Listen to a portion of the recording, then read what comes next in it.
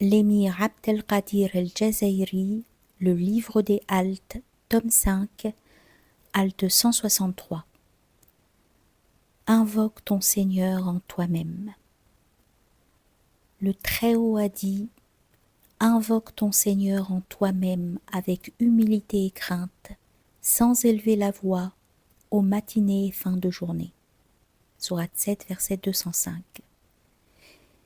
C'est-à-dire, prends conscience et actualise la connaissance que tu as de ton Seigneur par la conscience que tu as de toi-même ou de ton âme, et par l'actualisation de cette connaissance de soi. Autrement dit, connais ton Seigneur par le truchement de la connaissance que tu as de toi-même. De fait, la connaissance du Seigneur et celle de soi sont indéfectiblement liées, comme l'actif et son complément passif, comme l'ombre et l'objet qui la projette, comme l'image dans le miroir et ce qui fait face au miroir. C'est à cela que fait allusion l'enseignement spirituel. Quiconque se connaît soi-même, ou son âme, connaît son Seigneur. Si ceux qui ont mémorisé et recueilli les traditions prophétiques ne le reconnaissent pas comme authentique et affirment qu'il vient d'Abou Bakr al-Razi, les initiés, qu'Allah soit satisfait d'eux, s'en sont servis dans leurs œuvres comme fondement de nombreuses vérités divines, considérant sans doute qu'il était authentifié par le développement spirituel, le dévoilement spirituel. Pour nous, il est authentifié par la contemplation et par l'expérience spirituelle immédiate, sans qu'il soit authentifié par le legs des transmetteurs comme venant de l'envoyé d'Allah, alayhi salatu wassalam. La connaissance du Seigneur par la connaissance de l'âme est supérieure à la connaissance du Seigneur par l'intellect ou la science théorique. Au-dessus de ces deux mondes de connaissance, il y a encore la connaissance du Seigneur par l'âme avec la loi sacrée. La connaissance du Très-Haut par la connaissance de l'âme est la voie dans laquelle se sont échinés les soufis pour mener leur chameau à lui. Avec humilité et crainte, c'est-à-dire dès lors que tu obtiens la connaissance de ton Seigneur par la connaissance de ton âme, tu sais qui tu es et d'où tu viens. Tu sais que tu es le trésor caché sous le mur du corps. Avec cette connaissance, tu te dois de conserver perpétuellement un état d'humilité et de crainte. Tu ne peux te dire « maintenant que je connais que je suis arrivé, cela suffit ».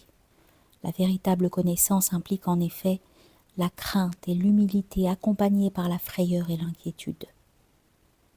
Celui dont la connaissance augmente est de plus en plus craintif.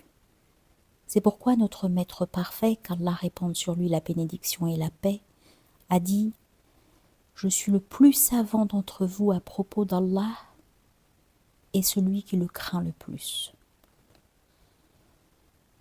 Un enseignement spirituel nous apprend que l'on pouvait entendre, provenant de la poitrine de l'ami intime de Dieu, Abraham, un bouillonnement comme celui d'une marmite en pleine ébullition, dû à la crainte.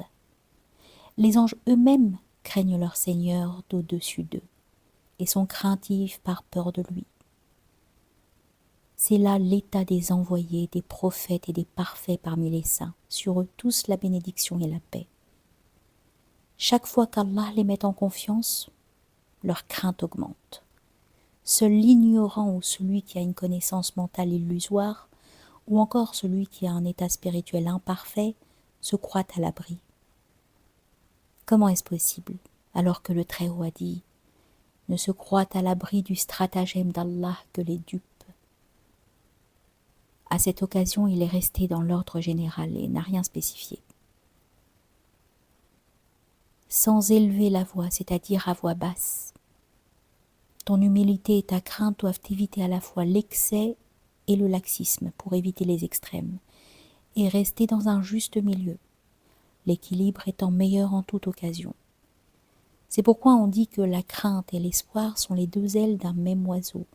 Chaque fois que l'une d'entre elles a une faiblesse, l'oiseau choit.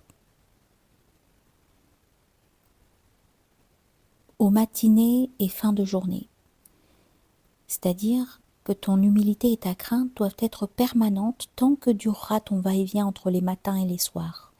Autrement dit, tant que tu seras vivant, soumis à l'alternance des jours et des nuits, car on ne peut être libéré des charges que la seigneurie impose à la servitude qu'en sortant du cycle des matins et des soirs, cela n'ayant lieu que lors de l'inéluctable mort naturelle.